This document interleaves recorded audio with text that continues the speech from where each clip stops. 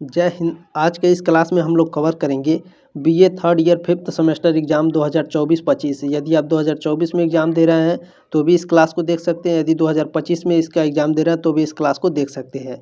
Class में cover क्या करेंगे? होम साइंस, गृह विज्ञान। ठीक है। पेपर का नाम क्या है? सामुदायिक विकास और कार्यक्रम योजना। ठीक है। इंग्लिश में आपके एडमिट कार्ड पर लिखा होगा community development and program planning. ठीक है।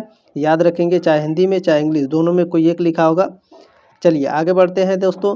देखिए इसमें आपके जो दीनदयाल उपाध्याय गोरखपुर विश्वविद्यालय है उसका पेपर कोड है SSC 302। ठीक है। आपके विश्वविद्यालय का जो भी पेपर कोड होगा आप लोग कमेंट बॉक्स में कमेंट करिएगा, मैं आपको कमेंट को पिन कर दूंगा। ठीक है। इससे क्या होता है कि और जो छात्राएं होती हैं उनका जो भी डाउट होता है क्लियर हो जाता है। ठीक है। चलिए इसमें 50 मोस्ट इंपॉर्टेंट MCQ हैं, वो भी नोट्स के साथ है।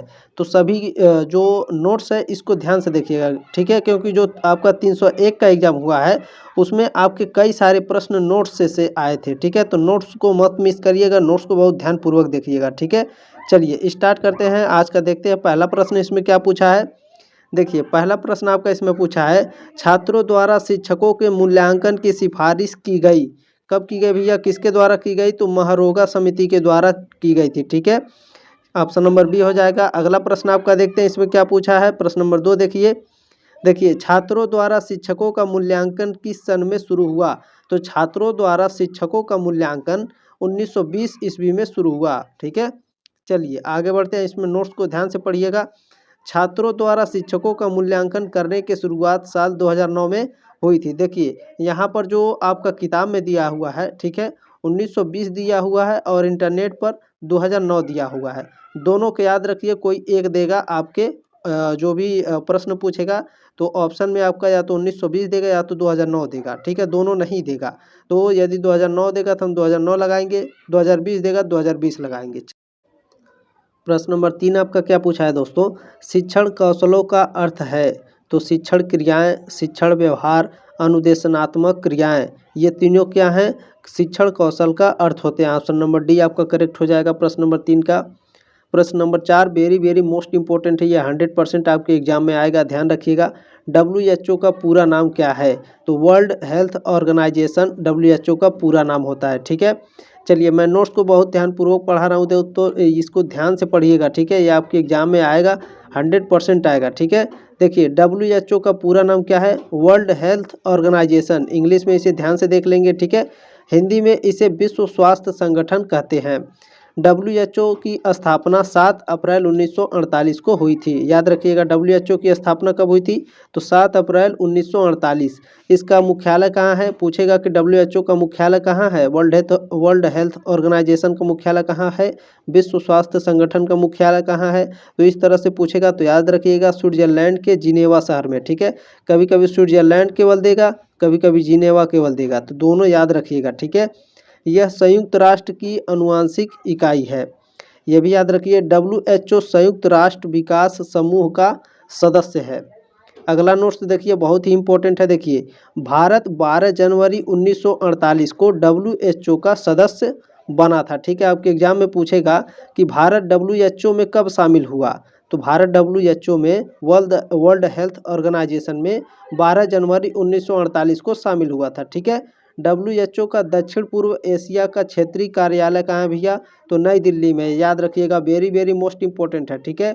यदि आप कॉम्पिटिटिव एग्जाम की तैयारी कर रहे हैं तो भी आप इस क्लास को आराम से देख सकते हैं, बहुत ही इंपॉर्टेंट है। ये सारे प्रश्न आपके कॉम्पिटिटिव एग्जाम में भी पूछे जाते हैं। ठीक है। चलिए अगला प्रश्न आपका देखते हैं। प्रश्न नंबर 5 क्या पूछा है? CARE केयर का पूरा नाम क्या है? तो केयर का पूरा नाम आपका होता है cooperative of American relief everywhere. ठीक है। याद रखेंगे, बहुत इंपॉर्टेंट है। देखिए नोट्स को ध्यान से पढ़िएगा। केयर 1945 में स्थापित हुई थी। यह गैर सांप्रदायिक, निष्पक्ष और गैर सरकारी है। ठीक है। याद रखिएगा। चलिए प्रश्न नंबर 6 आपका देखेंगे। प्रश्न नंबर 6 आपका क्या पूछा है? केयर का स्थापना भारत में किस सन में हुआ?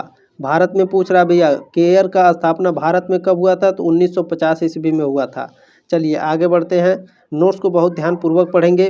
भारत में प्रधानमंत्री नागरिक सहायता और आपातकालीन स्थिति निधि पीएम केयर्स फंड की स्थापना 28 मार्च 2020 में हुई थी। ठीक है, इस प्रश्न से ये नोट्स अलग है, इस बात को याद रखेंगे। ठीक है, कंफ्यूज मत होइएगा, इस प्रश्न को भी याद कर लीजिएगा और इसे भी याद रखिएगा। ठीक है, भारत में प्रधानमंत्री नागरिक सहायता और आपातकालीन स्थिति निधि पीएम केयर्स फंड जिसे बोलते हैं, उसकी स्थापना 28 मार्च 2020 को हुई थी। ठीक है, चलिए अगला प्रश्न आपका देखते हैं। 7वां नंबर क्या पूछा है, केयर का मुख्य उद्देश्य इनमें से क्या है। तो केयर का मुख्य उद्देश्य होता है विद्यालयी बालकों को कुपोषण जनित रोगों से सुरक्षा प्रदान करना। ठीक है, प्रत्येक पीड़ित एवं अभावग्रस्त व्यक्ति को राहत एवं सहायता पहुंचाना। ठीक है, ऑप्शन नंबर सी आपका करेक्ट हो जाएगा, ए और बी दोनों। चलिए अगला देखते हैं। 8वां नंबर प्रश्न आपका क्या पूछा है, केयर की सहायता से मिड डे मील स्कीम की स्थापना कब हुआ। तो केयर की सहायता से भैया आपका मिड डे मील स्कीम की स्थापना आपका 15 अगस्त 1995 में हुआ। ठीक है, 8वें का ऑप्शन नंबर ए करेक्ट हो जाएगा आपका। देखिए नोट्स को बहुत ध्यानपूर्वक पढ़ेंगे। केयर का मुख्यालय कहाँ है भैया, तो केयर का मुख्यालय भारत में है। ठीक है, चलिए अगला प्रश्न आपसे क्या पूछेगा, यूनिसेफ के बारे में। ठीक है, यूनिसेफ का पूरा नाम क्या है, तो यूनाइटेड नेशन, ठीक है, इंटरनेशनल चिल्ड्रेन इमरजेंसी फंड, इसका पूरा नाम होता है यूनिसेफ का। ठीक है, इसमें नोट्स को बहुत ध्यानपूर्वक पढ़िएगा। देखिए नोट्स क्या है, यूनिसेफ का पूरा नाम United Nations international children's emergency fund. ठीक है, इंग्लिश में देखिए क्या है, United Nations international children's emergency fund. Hindi में इसे संयुक्त राष्ट्र अंतर्राष्ट्रीय आपातकालीन बाल कोष कहते हैं। ठीक है, देखिए यूनिसेफ का मुख्यालय पूछेगा तो न्यूयॉर्क में है, इस पॉइंट को याद रखिएगा। ठीक है, और यह भी पूछता है कि यूनिसेफ की स्थापना कब हुई थी, तो 1965 में। ठीक है, सॉरी 1965 में नहीं हुई थी, इसको मैं आगे पढ़ाऊंगा। देखिए जो 1965 में इसको क्या मिला था भैया, नोबेल पुरस्कार मिला था। ठीक है, याद रखिएगा, आपके एग्जाम में पूछता है कि यूनिसेफ को नोबेल पुरस्कार कब मिला था, तो 1965 में मिला था। ठीक है भैया, किस क्षेत्र में मिला था, तो बेहतर काम करने के लिए शांति के क्षेत्र में मिला था। ठीक है, शांति के क्षेत्र में नोबेल पुरस्कार यूनिसेफ को 1965 में मिला था, इस पॉइंट को याद रखेंगे। मुख्यालय न्यूयॉर्क में है। चलिए देखेंगे यूनिसेफ का स्थापना कब हुआ था। देखिए यूनिसेफ का आरंभ कब हुआ या फिर यूनिसेफ की स्थापना कब हुई, ऐसे पूछेगा तो याद रखिएगा 11 दिसंबर 1946 को यूनिसेफ की स्थापना हुई थी। चलिए नोट्स को बहुत ध्यानपूर्वक पढ़ने का प्रयास करेंगे। संयुक्त राष्ट्र बाल कोष यूनिसेफ की स्थापना 11 दिसंबर 1946 को हुई थी। ठीक है, याद रखिएगा, यूनिसेफ को हिंदी में क्या कहते हैं, संयुक्त राष्ट्र बाल कोष। ठीक है, इसकी स्थापना 11 दिसंबर 1946। चलिए आपके एग्जाम में यह भी पूछता है कि यूनिसेफ का उद्देश्य क्या होता है, तो याद रखेंगे यूनिसेफ का मुख्य उद्देश्य इनमें से क्या है, तो बालकों को आपातकाल आवश्यकता की पूर्ति करना, असहाय बच्चों की मदद करना। ठीक है, ए और बी दोनों आपका करेक्ट हो जाएगा, ऑप्शन नंबर सी। चलिए आगे बढ़ते हैं, अगला प्रश्न आपका देखते हैं, इसमें क्या पूछेगा। 12वां नंबर आपका प्रश्न पूछा है, देखिए यूनिसेफ का पूरा नाम क्या है। देखिए यहाँ पर पूछा है और आपके एग्जाम में हो सकता है पूछे भी, तो बहुत ध्यानपूर्वक पढ़ के जाइएगा इन सभी प्रश्नों को। ठीक है, तो यूनिसेफ का जो पूरा नाम होता है संयुक्त राष्ट्र शैक्षिक वैज्ञानिक तथा सांस्कृतिक संगठन। ठीक है, नोट्स में अभी आपके सारे डाउट क्लियर कर दूंगा मैं। देखिए नोट्स में ध्यान से पढ़िएगा। यूनेस्को का पूरा नाम यानी फिर यूनिसेफ, ठीक है यहाँ गलती से टाइपिंग हो गया है, यूनिसेफ इसे बोलते हैं। यूनिसेफ का पूरा नाम क्या भैया, United Nations Education Scientific and Cultural Organization. ठीक है, हिंदी में इसे क्या कहते हैं भैया, तो संयुक्त राष्ट्र शैक्षिक वैज्ञानिक और सांस्कृतिक संगठन। यूनेस्को की स्थापना कब हुई थी भैया, तो 16 नवंबर 1945 को। ठीक है, इसका मकसद क्या है, उद्देश्य क्या है, तो शिक्षा विज्ञान और संस्कृति के जरिए देश के बीच सहयोग को बढ़ावा देना।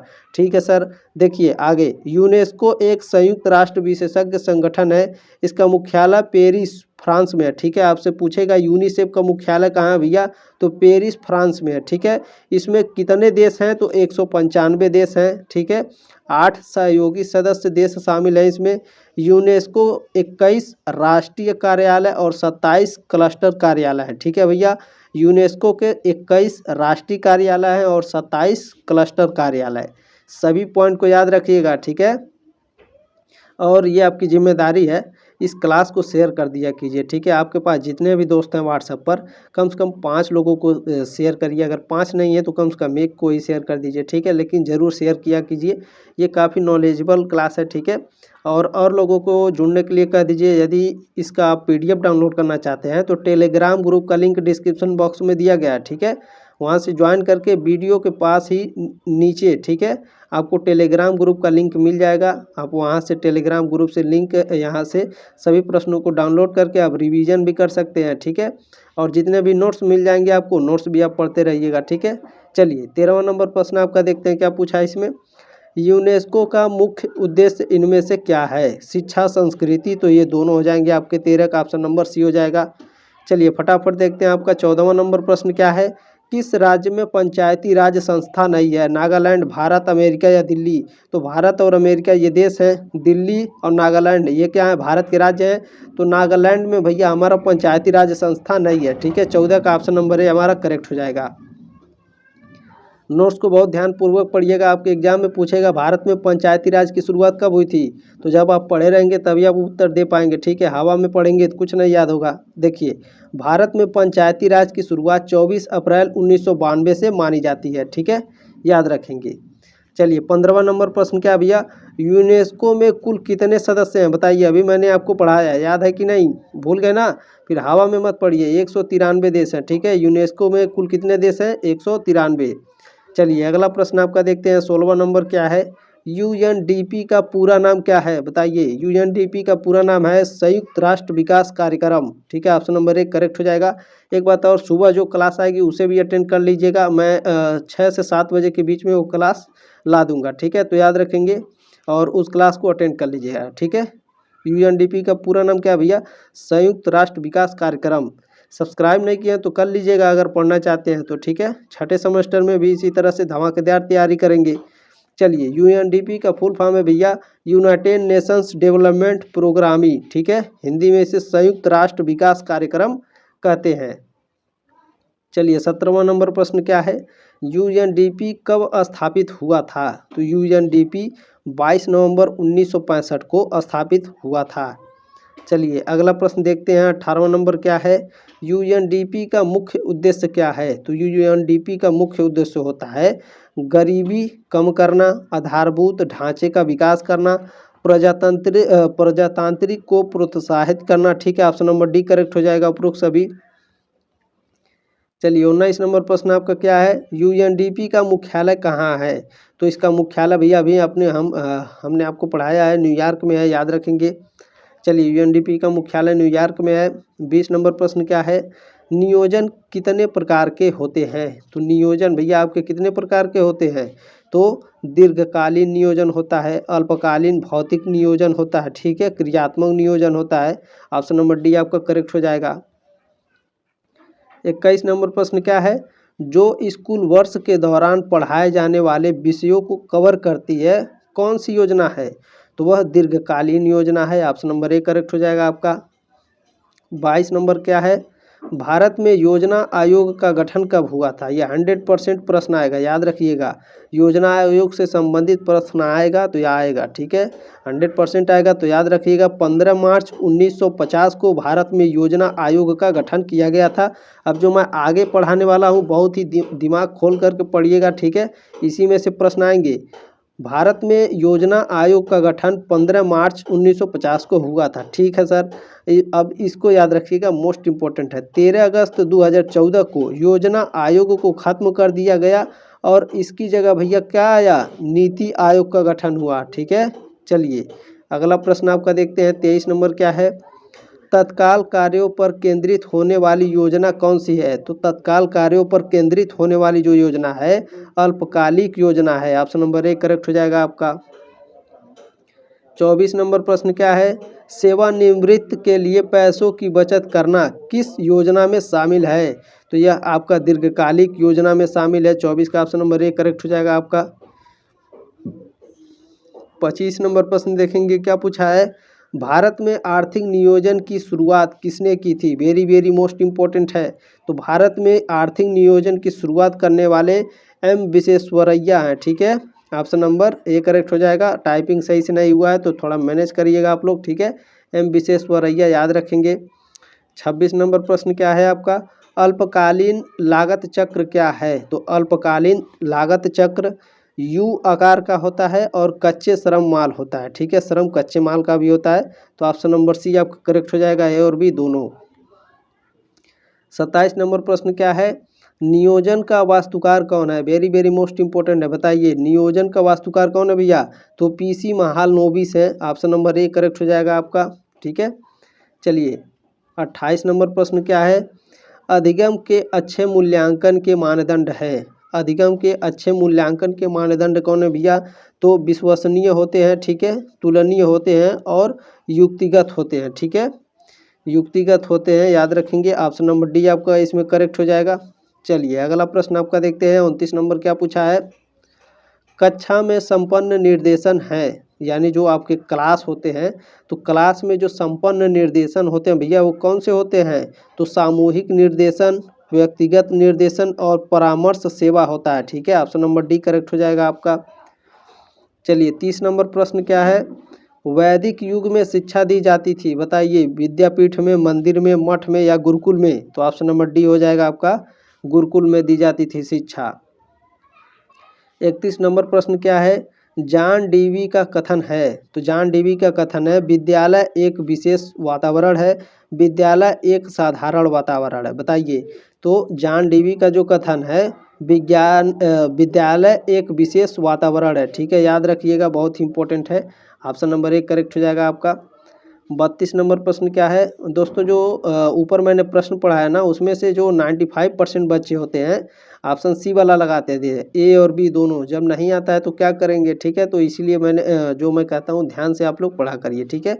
32 नंबर प्रश्न क्या है भैया आपका, मूल्यांकन का क्षेत्र होता है, बताइए मूल्यांकन का क्षेत्र कहाँ होता है, कैसा होता है। तो व्यापक और सीमित होता है मूल्यांकन का क्षेत्र, ठीक है। ऑप्शन नंबर सी करेक्ट हो जाएगा आपका।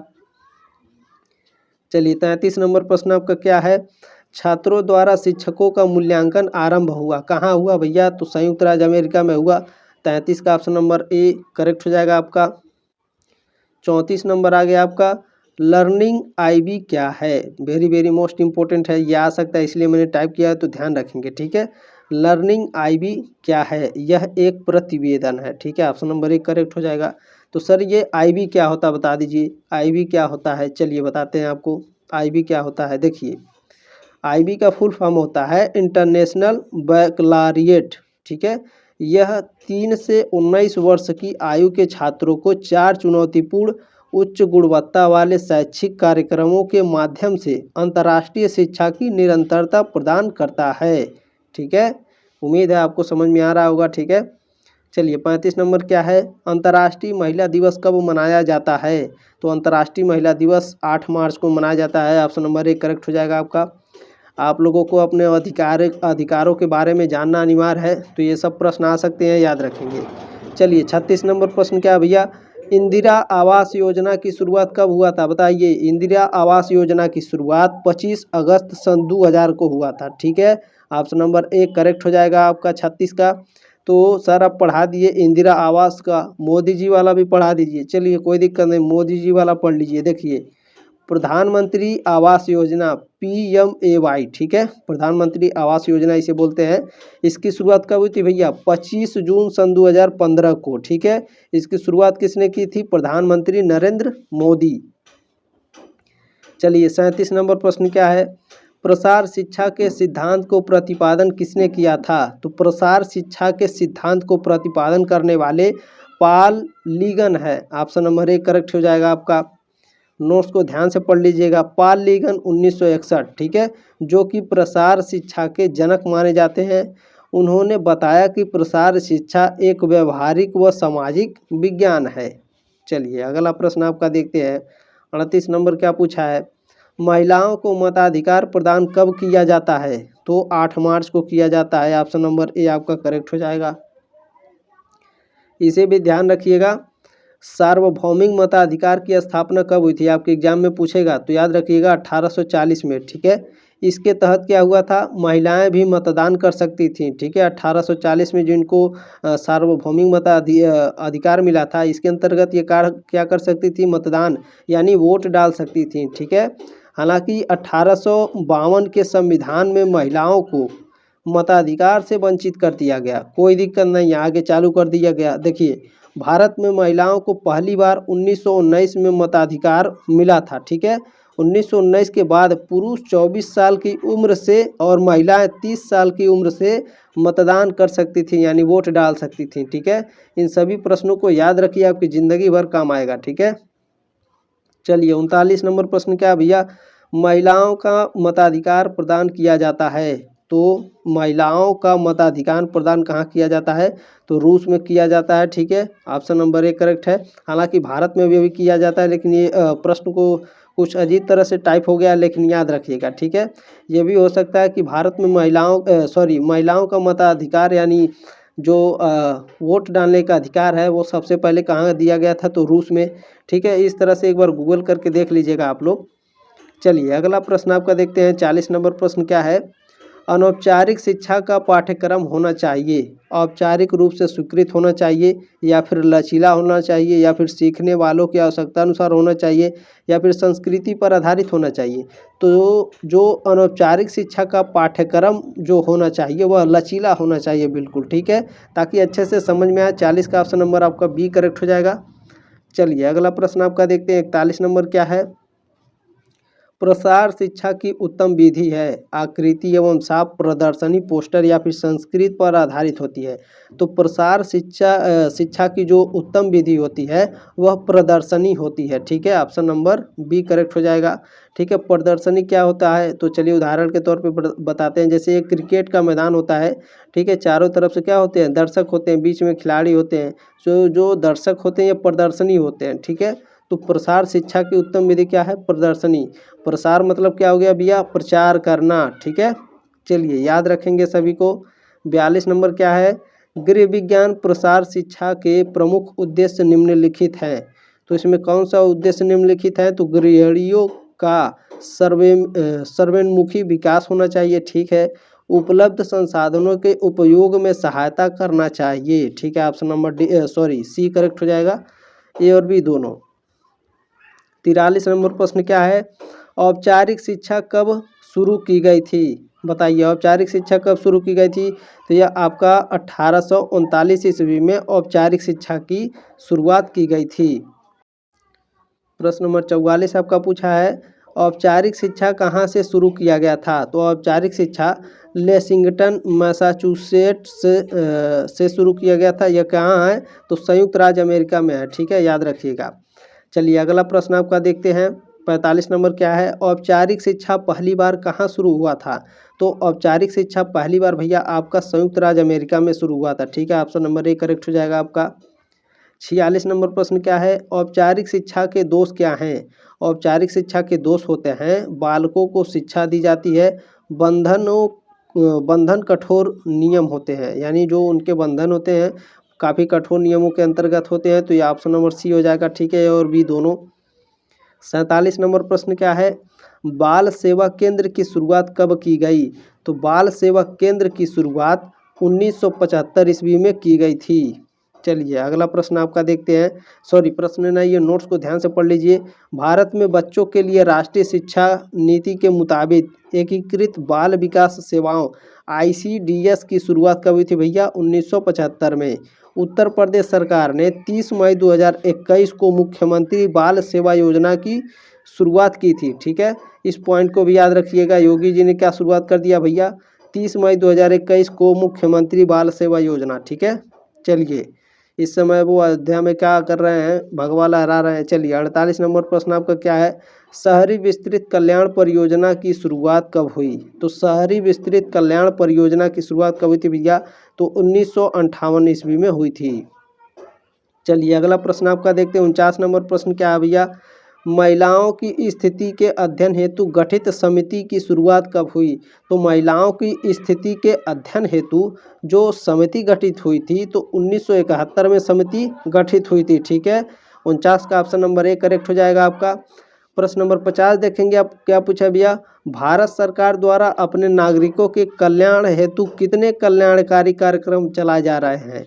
तो कुल 6 कल्याणकारी कार्यक्रम योजनाएं चलाई जा रही हैं। ठीक है, चलिए फटाफट आज की इस क्लास को ख़त्म कर दिए। ठीक है दोस्तों, मिलते हैं नेक्स्ट क्लास में, सुबह मिलते हैं। ठीक है, 7 बजे 7 से 8 बजे के बीच में आपको क्लास मिल जाएगी, तो उस क्लास को भी अटेंड कर लीजिएगा। ठीक है, टेलीग्राम ग्रुप का लिंक ज्वाइन करके PDF डाउनलोड कर लीजिएगा, रिवीजन कर लीजिएगा। मिलते हैं नेक्स्ट क्लास में, तब तक के लिए जय हिंद, वंदे मातरम।